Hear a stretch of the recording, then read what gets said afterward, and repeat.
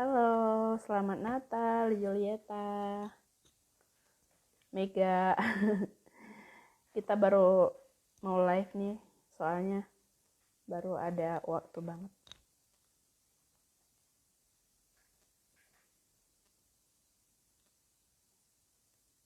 Ya, nggak apa-apa. Kita sedang selamat Natal. Kita mau live dalam rangka tugas karena benar-benar baru bisa sekarang. Gak apa-apa.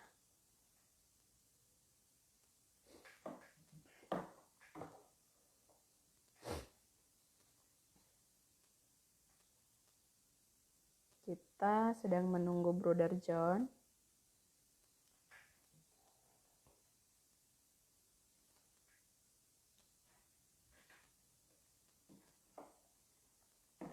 Makasih Mega.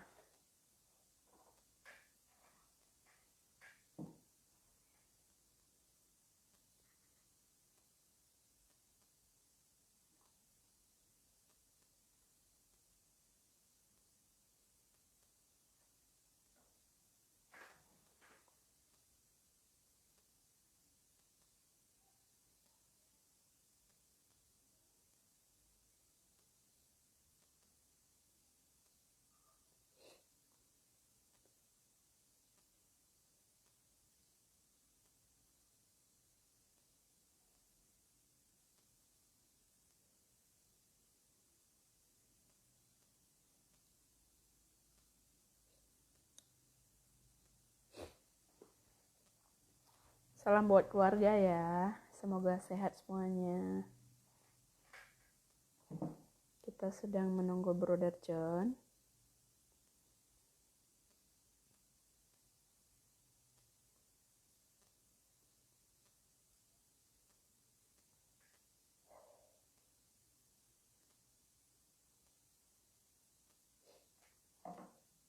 Oke, Der.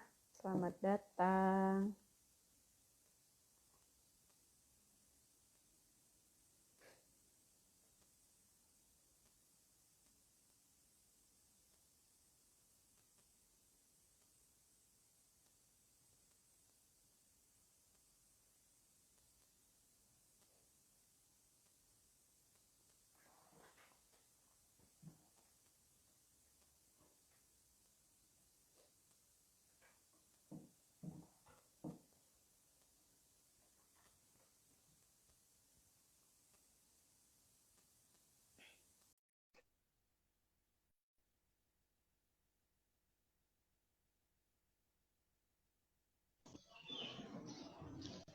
Halo, Halo, Bruder. Selamat Selamat Natal, selamat siang.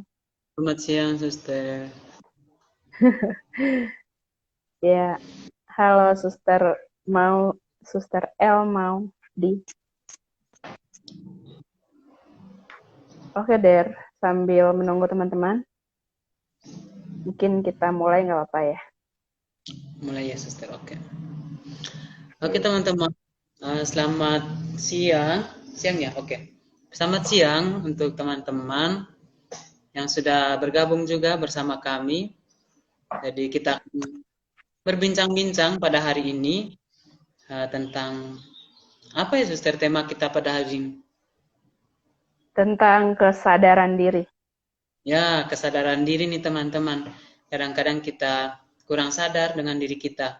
Maka kali ini kita akan mencoba berdiskusi bersama, sharing bersama tentang kesadaran diri itu.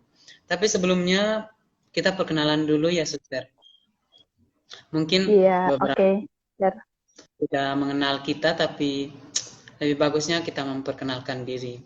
Saya sendiri, Bruder John, dan juga Suster. Dan saya Suster Mika. Iya, teman kami satu lagi, Febri, cuma dia ada satu dua kendala, jadi belum bisa hadir. Ya, betul.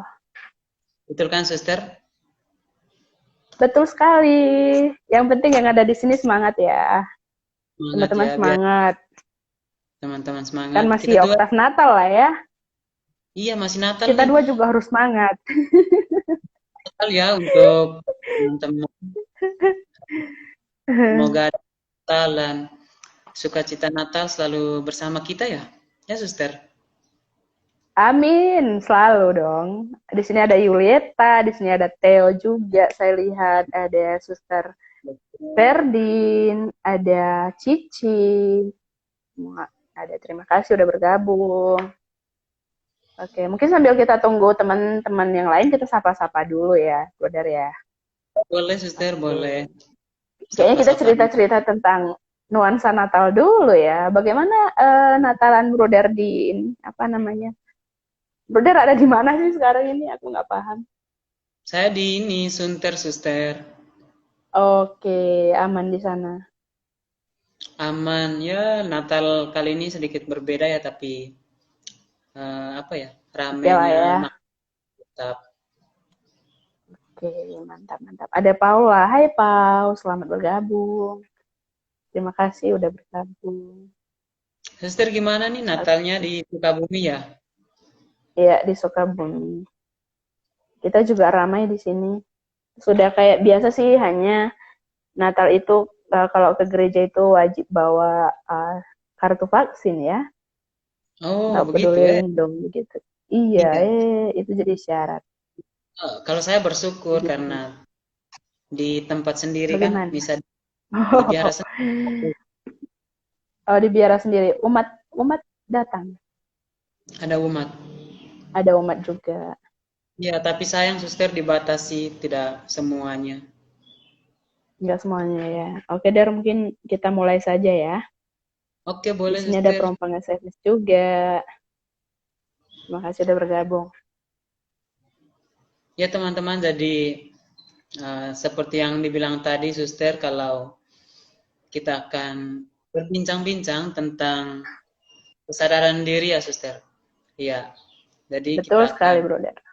memulai saja teman-teman supaya tidak mengulur-mengulur waktu lagi. Boleh suster? Iya, betul sekali. Oke, baik teman-teman. Terima kasih Bruder atas waktu dan kesempatan yang diberikan kepada saya. Di sini kita akan membahas tema, tadi Bruder sudah menyebutkan, yaitu tentang kesadaran diri. Nah, kesadaran diri sendiri itu adalah kemampuan untuk mengenali perasaan dan mengapa seseorang merasakannya seperti itu dan pengaruh perilaku seseorang terhadap orang lain. Nah, kemampuan tersebut diantaranya kemampuan menyampaikan secara jelas pikiran dan perasaan seseorang, membela diri dan mempertahankan pendapat atau yang kita sering sebut sikap asertif.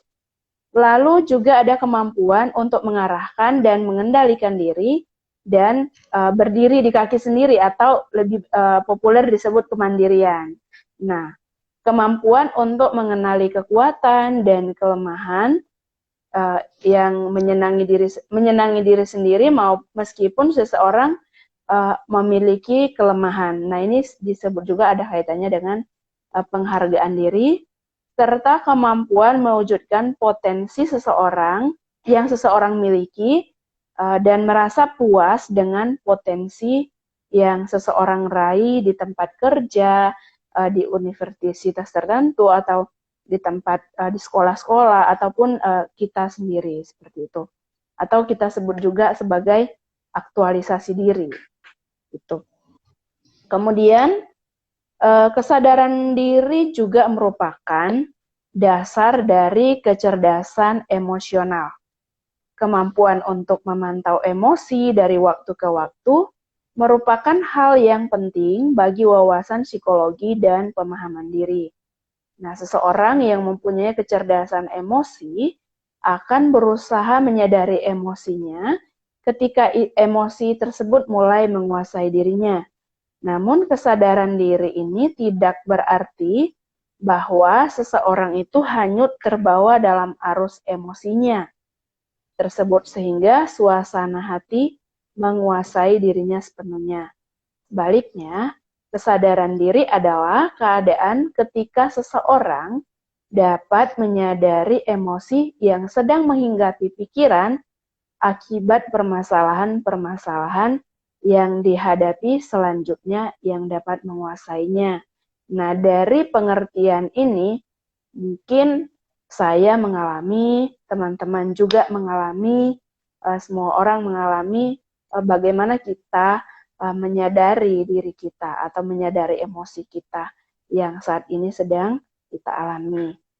Nah, dalam kesadaran diri itu ada 3 aspek yang mempengaruhinya.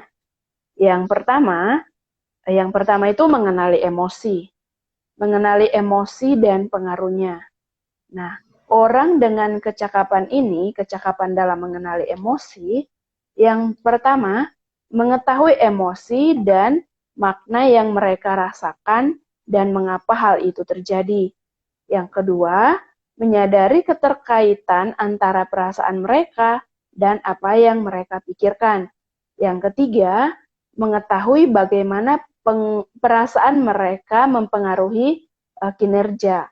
Yang keempat, mempunyai kesadaran yang menjadi pedoman untuk nilai-nilai dan sasaran mereka.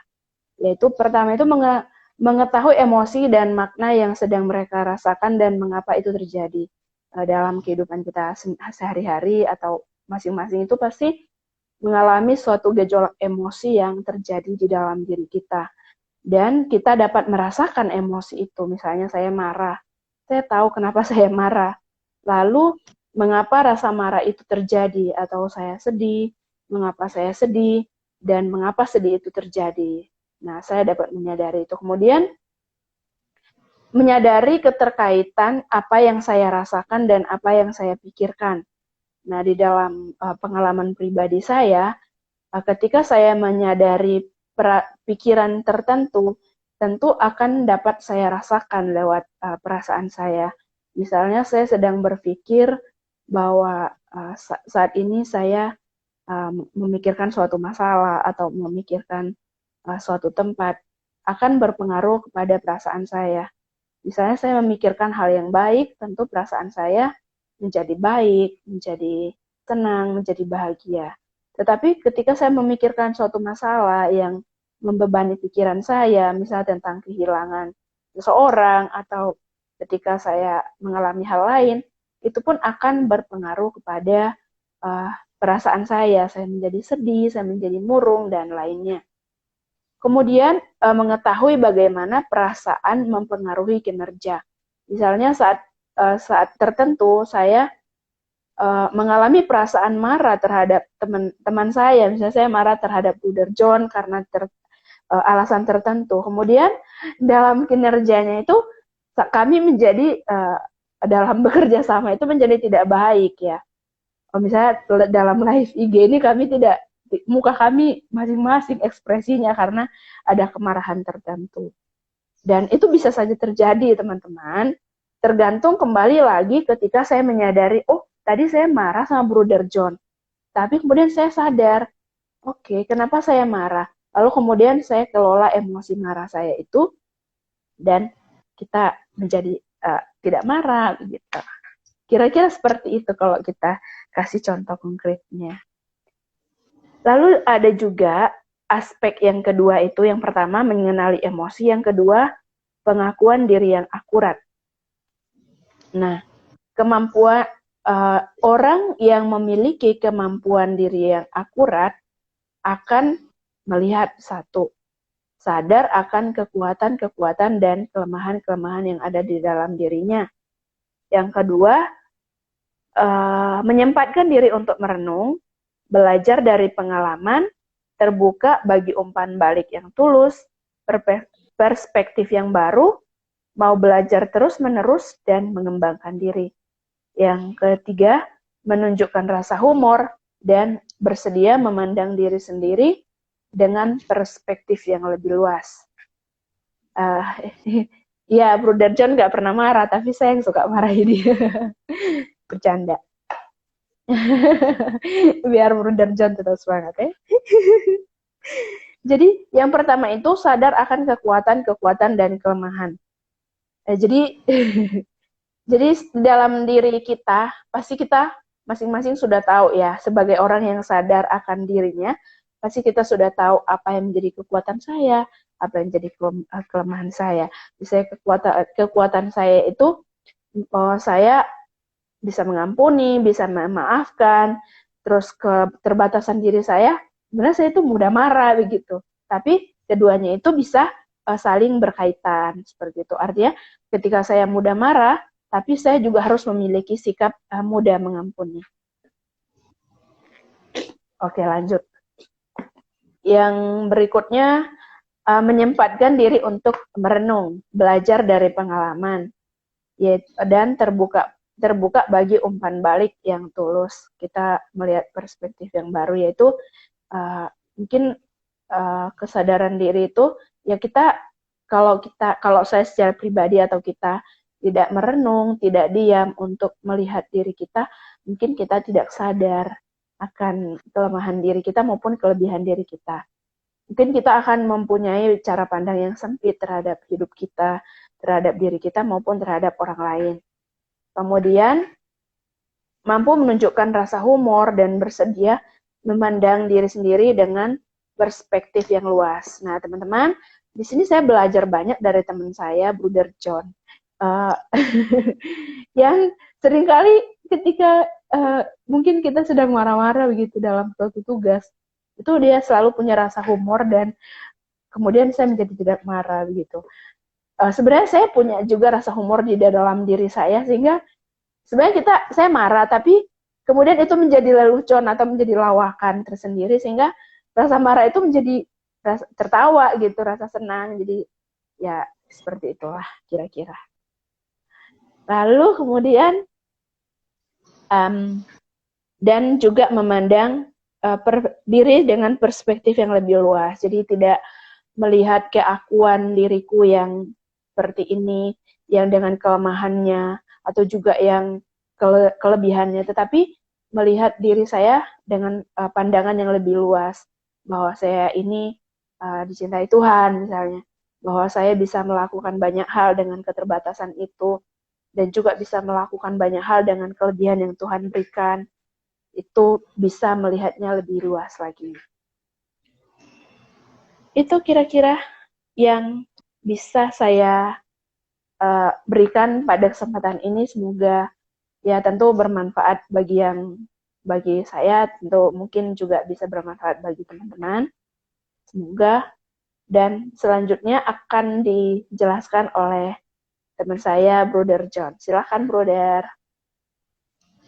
Oke, Suster, terima kasih sudah menjelaskan di bagian awal. Nah, selanjutnya nih kita mau melihat ini, Suster, tahap-tahap kesadaran diri.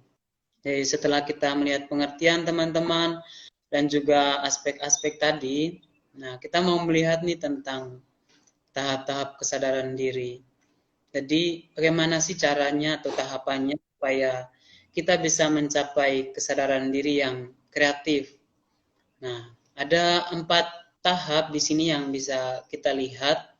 Yang pertama itu tahap ketidaktahuan.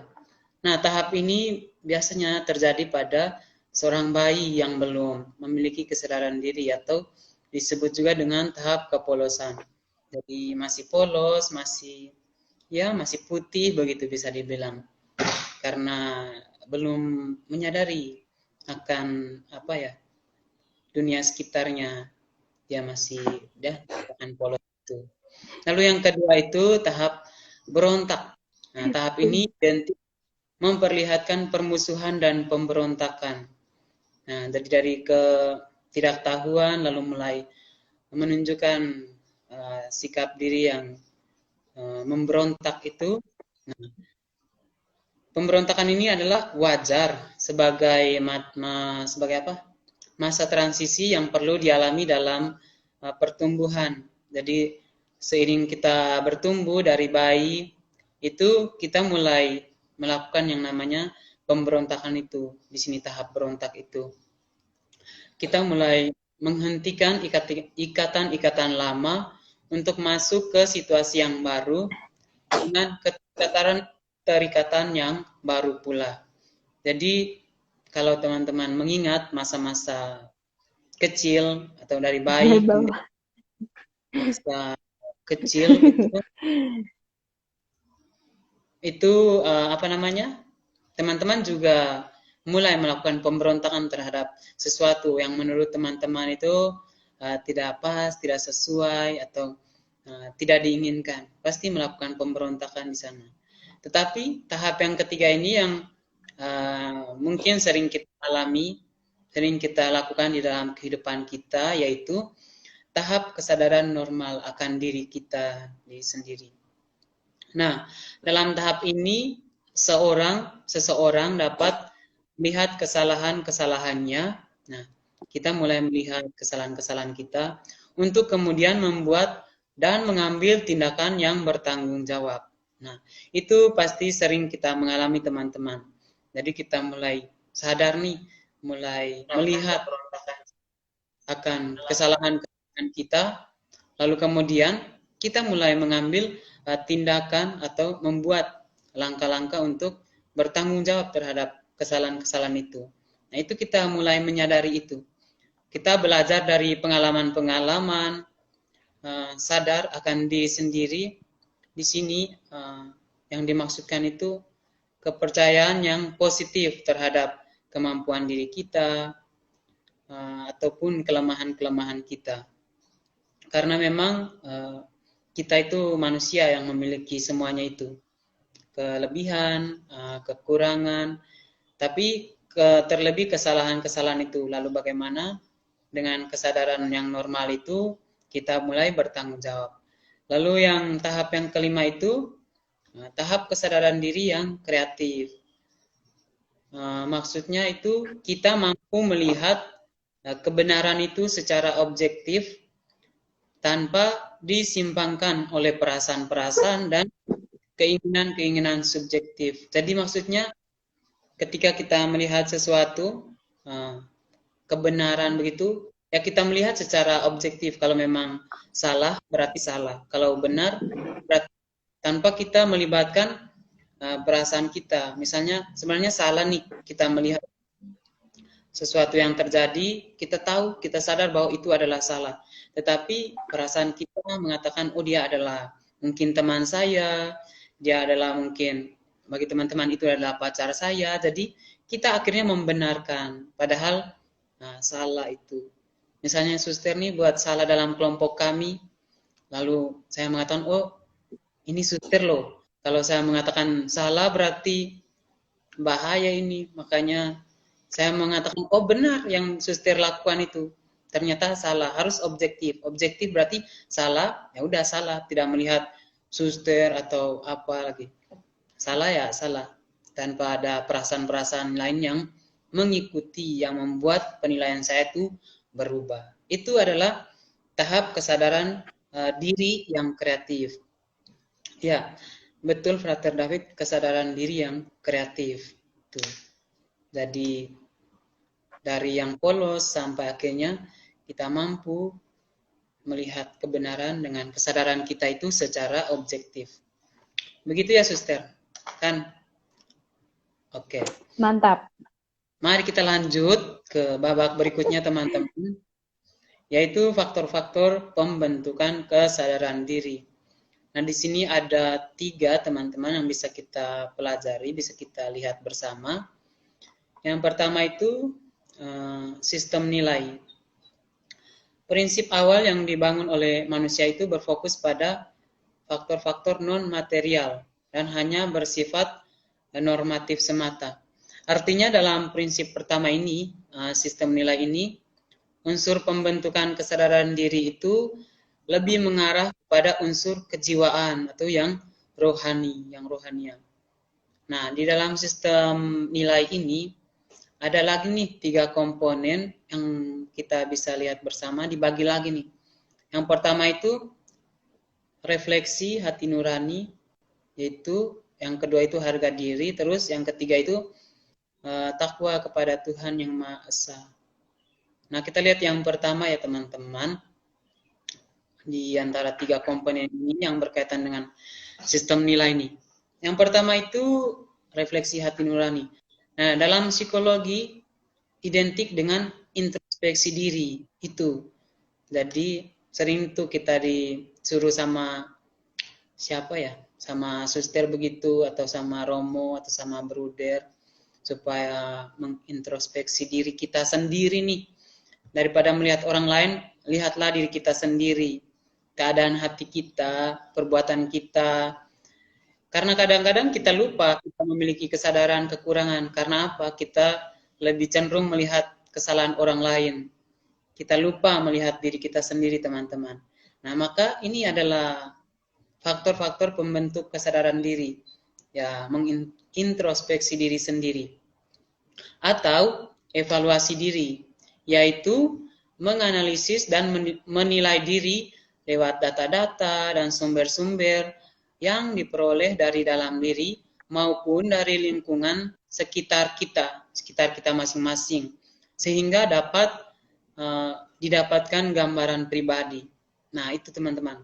Kita melakukan introspeksi diri, evaluasi, melihat diri kita secara pribadi dari dalam maupun dari masukan lingkungan yang di mana kita berada itu membantu kita juga untuk menyadari diri kita itu seperti apa di mata orang lain, di mata kita. Karena kadang-kadang juga berbeda nih teman-teman. Kita melihat bahwa diri kita itu sudah bagus, sudah yang terbaik lah orang bilang. Ternyata penilaian orang lain itu berbeda. Maka kita perlu menyadari itu.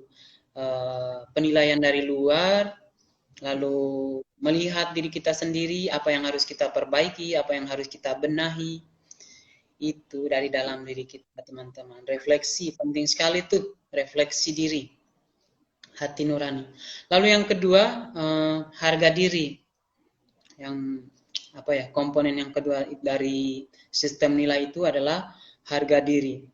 Itu kata harga diri itu dari kami kutip ya dari sebuah kamus populer itu dimaknai sebagai martabat, derajat, pangkat, prestasi yang dimiliki seorang pribadi dan diakui oleh orang atau masyarakat atau lingkungan terhadap status dan kedudukan seorang yang diwujudkan dalam bentuk penghargaan diri dan penghormatan. Itu. Jadi harga diri itu penting sekali teman-teman. Bagaimana kita juga butuh dihargai, tapi kita juga harus menghargai orang lain. Begitu. Lalu yang ketiga itu takwa kepada Tuhan yang Maha Esa. Ini merupakan jalan rohani teman-teman yang ditempuh manusia untuk mencapai kesadaran terhadap diri. Ini bisa bilang sangat mendalam sekali, kesadaran yang sangat mendalam karena kita tempuh melalui kesadaran kita akan Tuhan kita yang Maha Esa itu. Nah, itu kita bisa membantu kita untuk mencapai kesadaran diri yang lebih mendalam. Nah, itu yang poin yang pertama yang berkaitan dengan faktor-faktor pembentukan. Itu sistem nilai. Yang kedua, cara pandang atau cara pandang. Menjadi salah satu unsur pembentuk kesadaran diri, itu di dalamnya itu ada dua komponen pembentuk kesadaran diri itu. Yang pertama itu kebersamaan dan yang kedua itu adalah kecerdasan. Nah, yang pertama kebersamaan. Karena kita sebagai makhluk sosial, selain sebagai makhluk individu, kita juga adalah makhluk sosial. Makanya kita perlu menyadari bahwa kita hidup di dalam lingkungan bersama orang lain, lingkungan sosial kita. Nah, unsur kebersamaan dan bermasyarakat harus ada dan harus tertanam nih pada diri kita nih, karena tugas kami ini pun tugas kelompok kan, jadi tidak bisa saya mengerjakan sendiri, saya harus membutuhkan bantuan dari suster. Suster membantu saya, kalau tanpa suster pun saya tidak bisa mengerjakan tugas ini sendirian. Atau seperti yang suster bilang tadi, tanpa dimarahi, saya pasti berleha-leha, menunda-nunda. Semarah dulu. Suster, ini gimana nih tugas kita belum mulai? Misalnya seperti itu. Contoh, ya, contoh suster, misalnya seperti itu. Dan itulah kebersamaan yang membuat akhirnya, oh iya, saya menyadari ada tugas yang harus diselesaikan. Ada hal yang harus saya lakukan di dalam kelompok itu. Itu penting sekali kebersamaan. Karena di dalam kebersamaan itu juga kita bisa menyelesaikan masalah-masalah yang kita hadapi itu satu persatu dengan bantuan orang lain itu di dalam lingkungan sosial itu. Lalu yang kedua itu kecerdasan teman-teman. Kecerdasan ini sangat penting karena di mana-mana orang membutuhkan pribadi yang cerdas. Dan kita semua itu terlahir sebagai pribadi-pribadi yang cerdas. Tetapi tentu harus ada usaha dari kita untuk mencerdaskan diri. Gitu. Nah, kecerdasan ini adalah upaya pembentukan pribadi yang berkualitas. Terdapat landasan diri yang harus dilalui oleh manusia untuk mencapai esensi ketahuan pribadi atau karakter yang kuat, yaitu kecerdasan hidup itu. Jadi kita memiliki kualitas yang harus dikembangkan dan kita perlu menyadari itu bahwa kita memiliki itu. Tapi kadang-kadang itu kita memiliki tetapi sulit untuk diaktualisasikan, di wujud nyatakan di dalam kehidupan, di dalam kehidupan kita sehari-hari begitu. Karena kita tidak mengolahnya itu, maka kita perlu menyadari itu, sadar tahu bahwa kita memiliki kecerdasan itu. Begitu. Saya membutuhkan suster yang cerdas, yang smart, yang berkualitas untuk membantu saya di dalam tugas saya, misalnya seperti itu. Itu saling melengkapi. Jangan lupa juga kebersamaan itu artinya kita saling melengkapi. Apa yang tidak saya tahu, ketahui, mungkin suster tahu, suster membantu saya. Apa yang tidak suster ketahui, nah dari saya yang tahu membantu. Di situ sama-sama melengkapi, sama-sama membantu, sama-sama berjuang, semangat. Oke. Itu yang kedua teman-teman. Lalu yang ketiga itu perilaku. Jadi faktor pembentuk kesadaran diri yang ketiga itu adalah perilaku. Keramahan yang tulus dan santun adalah penghormatan dan penghargaan terhadap orang lain.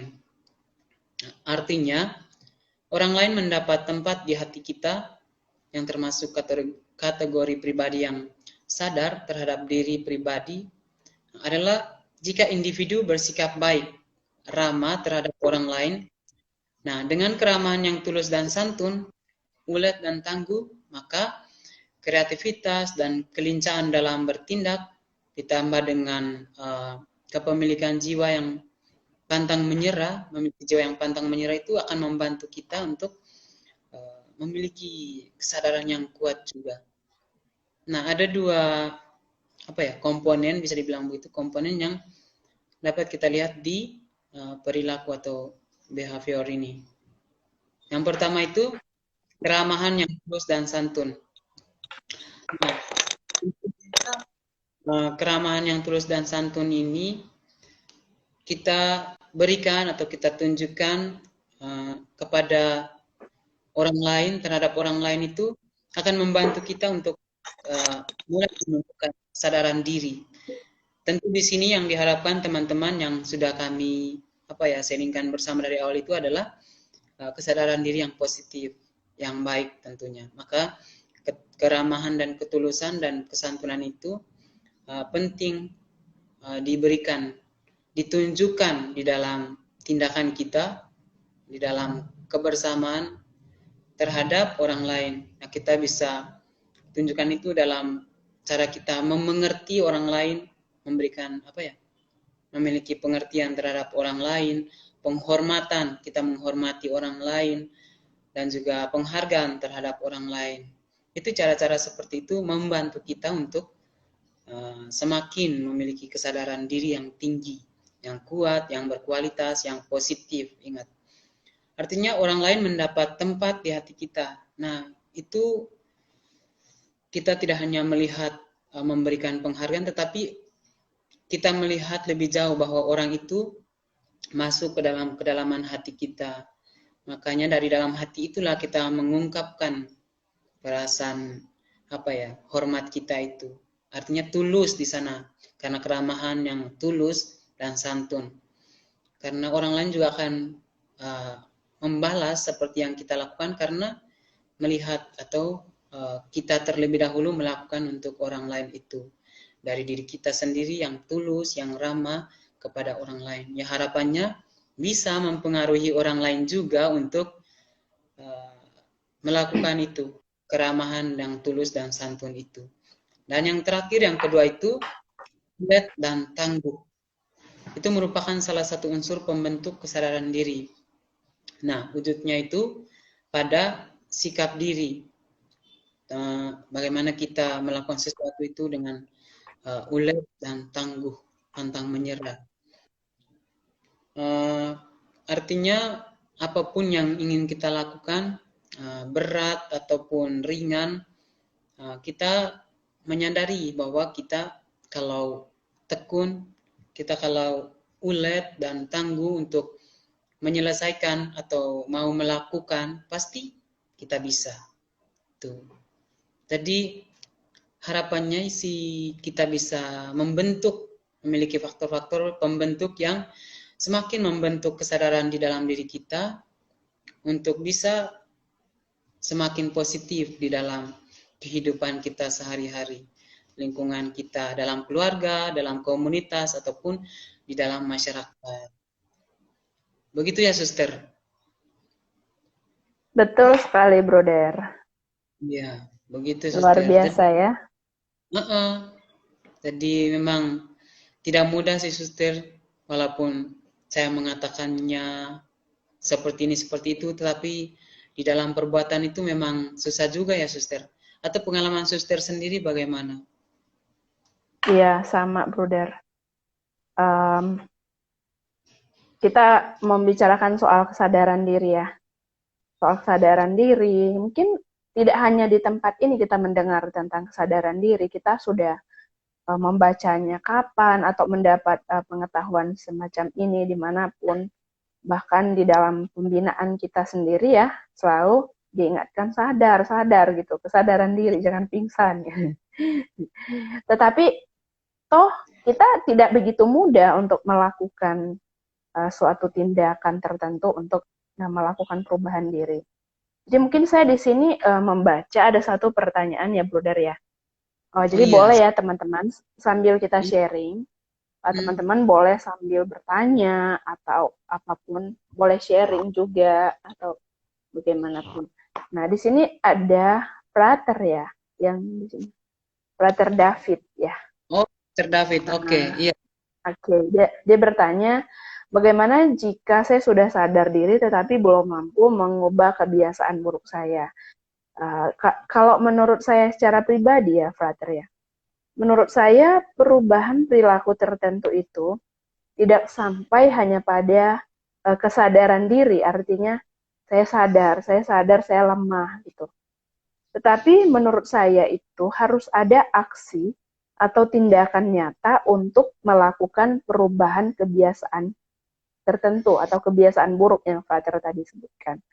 Jadi kalau menurut saya, kalau kita hanya sampai pada kesadaran saja atau kesadaran diri, tetapi tidak melakukan, tidak ada aksi, kebiasaan-kebiasaan yang mau kita ubah itu memang tidak akan berubah gitu. Mungkin itu dari saya, Brother bisa menambahkan. Atau kalau Frater mau mendalami, bisa ditanyakan kembali seperti itu. Ya, pertanyaan ini ya, Suster. Sudah menyadari, tetapi apa? Belum bisa melakukan, belum mampu mengubah kebiasaan buruk. Oh, begitu. Iya, memang sulit, Frater, untuk kita menyadari. Misalnya, Frater menyadari, lalu kemudian, oke, ini tidak baik misalnya, buruk. Lalu langsung di saat itu juga langsung berubah, itu memang sulit atau ya bisa dibilang tidak mungkin terjadi sekejap di situ. Artinya setelah ada kesadaran diri, tentu ada hal lain yang harus membantu frater supaya bisa mengubah itu kebiasaan buruk itu frater. Jadi sudah menyadari itu suatu poin yang bagus. Artinya ada kesadaran bahwa yang dilakukan atau yang dibuat itu salah. Nah, kira-kira dari frater sendiri apa sih yang bisa dilakukan untuk memperbaiki itu? Seperti yang Suster bilang tadi ya, kalau harus ada tindakan itu. Jadi mungkin frater sadar bahwa perbuatan frater di sini itu salah. Berarti tindakan yang dilakukan di situ itu salah frater. Nah, bagaimana yang salah itu frater mengubah atau memperbaiki itu menjadi yang positif. Begitu ya Suster. Karena memang yang melakukan itu kan frater sendiri gitu. Yang tahu bahwa itu adalah salah itu juga frater. Nah, dari saya pribadi sih memang selalu kembali kepada pribadi kita masing-masing. Artinya bagus sekali ketika kita sudah menyadari itu. Nah, langkah selanjutnya itu bagaimana kita mencoba untuk mengubah. Misalnya kita berjalan nih. Nah, ternyata yang kita lakukan itu salah misalnya. Ternyata benarnya lari. Ya udah berarti harus lari, tidak usah jalan, misalnya seperti itu. Jadi saya tidak tahu yang hal buruk yang frater alami itu, kebiasaan buruk itu yang sudah frater sadari itu. Nah, cobalah frater melakukan itu, tetapi dengan tindakan yang positif, dengan tujuan ya supaya kebiasaan yang ingin frater bentuk atau frater bangun itu ya kebiasaan yang positif juga.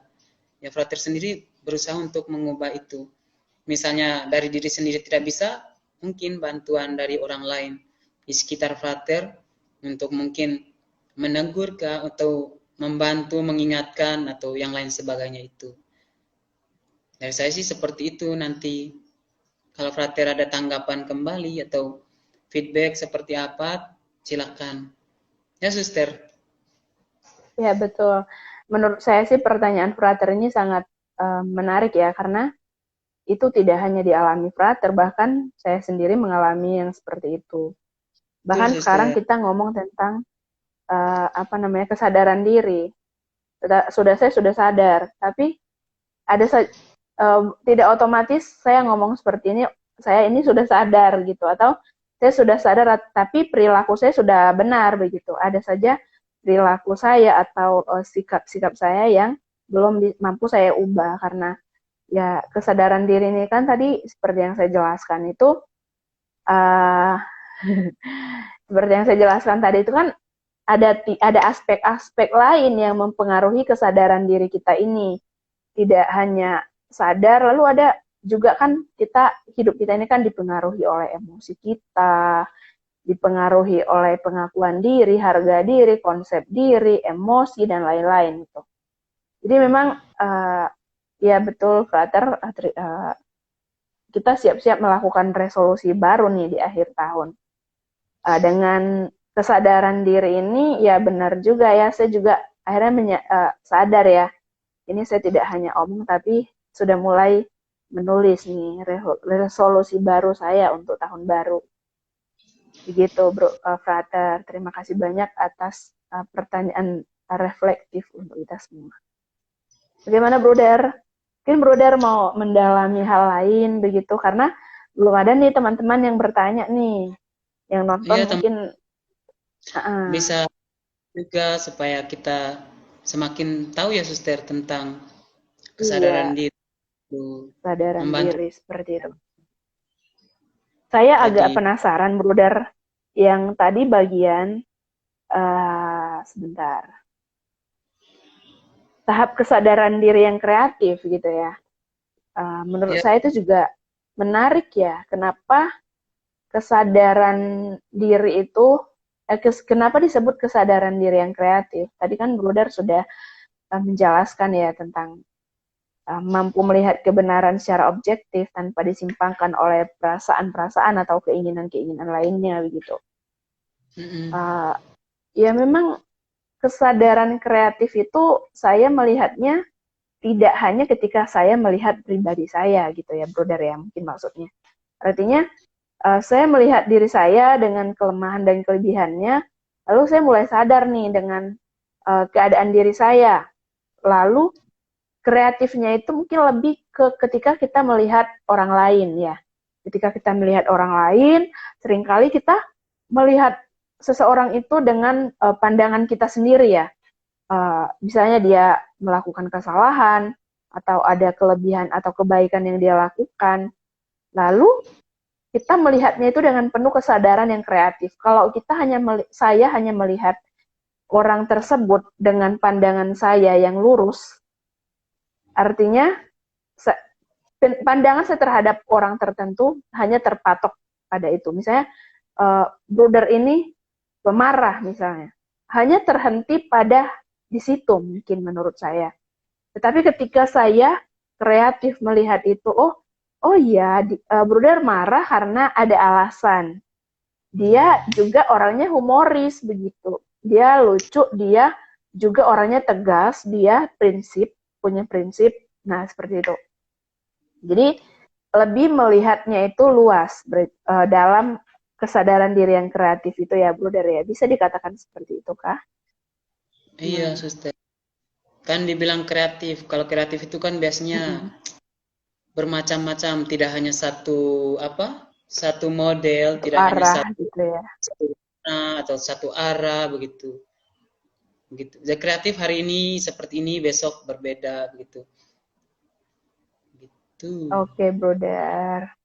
Kita sambil menyapa-nyapa nih teman-teman kita yang baru gabung. Boleh nih Ada. teman-teman, kita ditanyain. Iya ya. Oke. Mungkin ada lagi, brother, atau bagaimana? Nggak ada yang mau tanya lagi nih, kayaknya suster. Iya nih.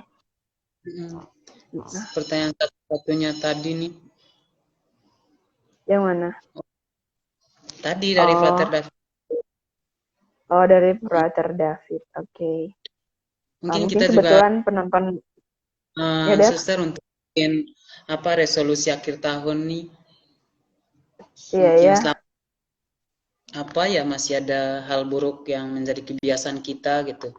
Yang sudah kita sadari tapi belum kita perbaiki. Belum dilakukan. Gitu. Iya sih.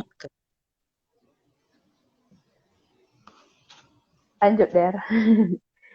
Iya. Memang kadang-kadang juga kita sudah buat nih resolusi atau rencana gitu untuk memperbaiki atau untuk melakukan hal yang baru, yang baik, yang positif. Tapi sulitnya sih dalam tindakan sih suster, menurutku, karena memang kadang secara teori itu bisa kita tahu, kita mampu, dan kemudian dari kesadaran juga kita sudah menyadari bahwa ini salah, ini baik, atau ini buruk, ini jahat, jelek begitu. Baik. Tapi ya begitulah, ketika menyadari itu ternyata sulit ya untuk merubah, sulit untuk oh ya buruk ya jangan melakukan itu.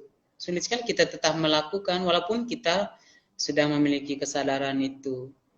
Dan memang sih butuh proses suster, tapi harus ada target gitu, prosesnya itu sampai kapan gitu. Supaya kita jangan hanya terus dalam proses, maksudnya satu masalah hanya ada proses-proses tidak menemukan ujungnya. Karena kita ini punya potensi, punya kemampuan untuk bisa mengatasi kelemahan-kelemahan kita itu atau hal buruk yang menjadi kebiasaan kita itu. Jadi harapkan kita itu langsung memiliki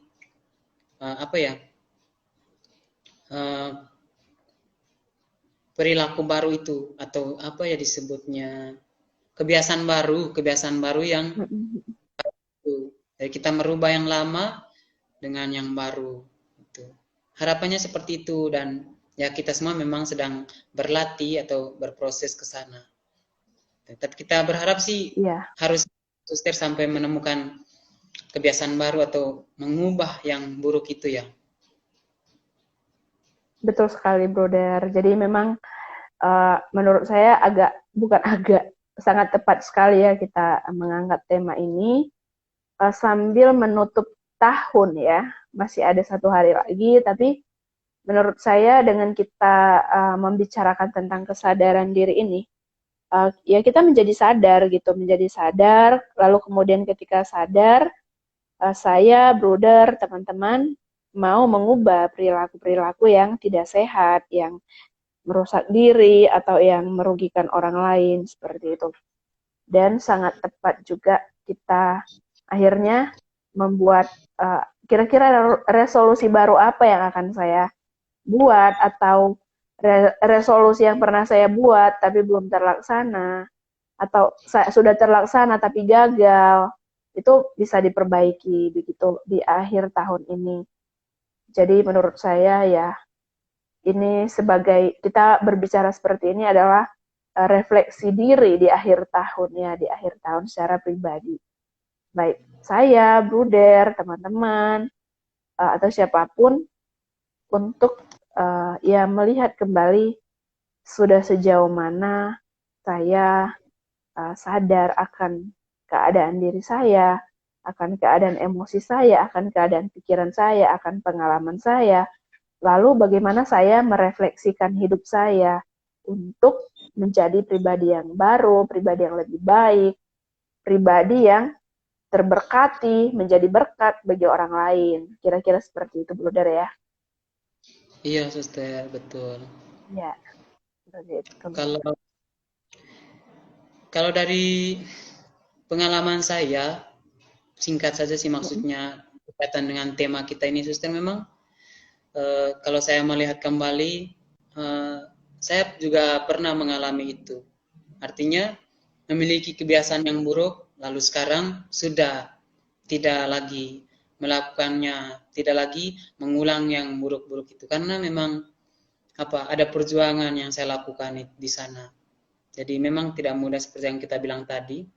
Ada perjuangan, usaha, dan juga bukan dari diri saya sendiri, tapi juga bantuan orang lain. Karena ya kembali lagi bahwa saya bukan makhluk individu saja, tetapi juga makhluk sosial, membutuhkan orang lain itu.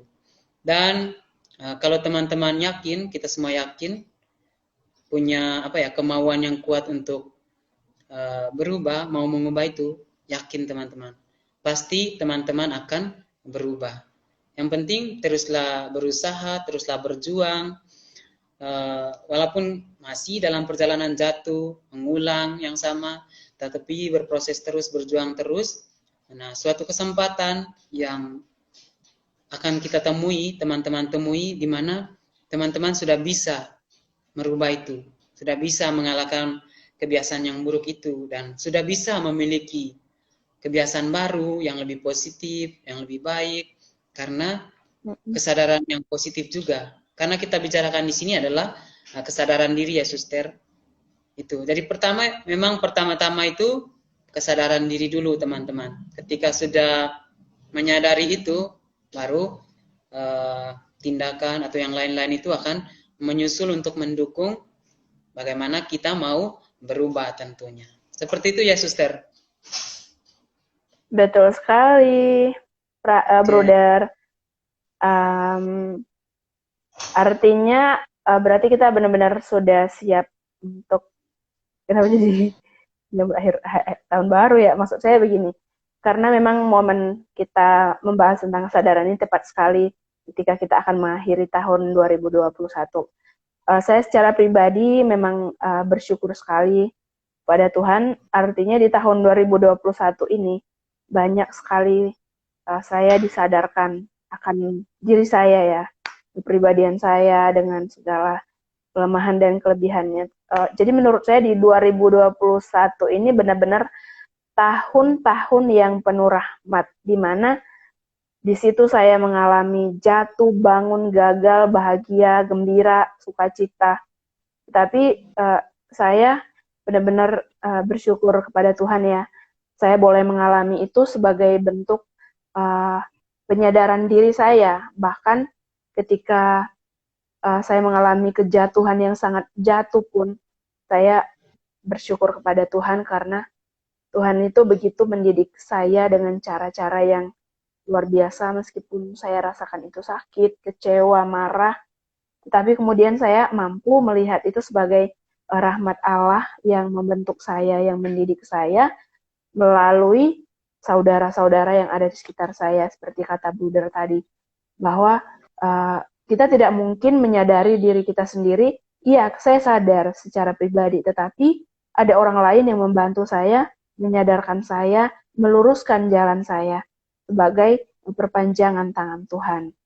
Itu sih Bruder yang saya benar-benar bersyukur di tahun 2021 ini begitu mengalami pengalaman hidup yang buat saya sangat berwarna, sangat bermakna, sangat mendidik saya, mendewasakan iman saya, mendewasakan hidup rohani saya, dan juga hidup panggilan saya. Seperti itu, Bruder. Mungkin Bruder memberi satu pesan untuk kita sekalian untuk menutup perjumpaan kita pada sore hari ini. Silakan, Bruder. Oke, Suster, terima kasih. Kalau dibilang pesan sih apa ya? Kita bisa mengambil pesan atau maknanya sendiri masing-masing teman-teman sesuai yang teman-teman pahami di dalam diskusi kami ini. Tapi kalau dari saya menyangkut topik kami ini, tema kami ini ya itu pertama penting sekali memiliki kesadaran diri itu. Kalau kita sudah menyadari itu kan tentu membuka wawasan kita, pikiran kita, semuanya untuk bagaimana kita bisa bertindak dengan baik. Karena ketika kesadaran itu sudah kita miliki, maka bagaimana tindakannya selanjutnya pun akan mudah juga kita tentukan atau putuskan. Yang penting kalau bagi saya pribadi, ada usaha, ada sesuatu yang kita lakukan daripada sama sekali kita tidak melakukan apa-apa. Begitu sih dari saya, Suster. Jadi semangat terus bagi yang sedang berjuang, kita semua masih berjuang. Semangat terus dan teruslah memupuk niat atau semangat untuk mau berubah dari yang sebelumnya, lalu selalu maknai setiap hari seperti Suster tadi, bersyukur sekali di tahun ini. Dan kalau teman-teman memiliki kesadaran ini itu mampu untuk mengolah diri untuk berubah terus, saya yakin setiap tahun teman-teman akan selalu bersyukur dengan tahun-tahun yang teman-teman alami. Kalau tahun-tahun terlalu lama ya bulan, minggu, bahkan setiap hari, setiap detik. Marilah kita selalu mensyukuri itu ya, Suster. Iya, harus selalu mensyukuri semua itu. Baik, demikian dari kami ya, Suster. Kita cukup sharing diskusi kita sampai pada kesempatan ini. Mungkin masih ada kesempatan lain kita bisa sharing lagi, kita bisa ngobrol, kita bisa berbagi pengalaman, tentunya yang baik, yang berguna bagi kita. Dan sekali lagi kami mengucapkan terima kasih kepada teman-teman yang sudah bergabung di live IG kami ini. Semoga ada pesan-pesan atau makna-makna yang teman-teman dapatkan. Dan harapan kami sih membantu teman-teman, terutama di resolusi untuk tahun 2022 yang akan segera kita sambut ini. Ya, Suster? Amin. Setuju. Oke. Oke, Bruder. Oke. Oke, terima kasih banyak, Bruder. Terima kasih banyak, teman-teman. Bisa kita lanjutkan di lain waktu ya. Sampai jumpa. Dan berkati. Amin.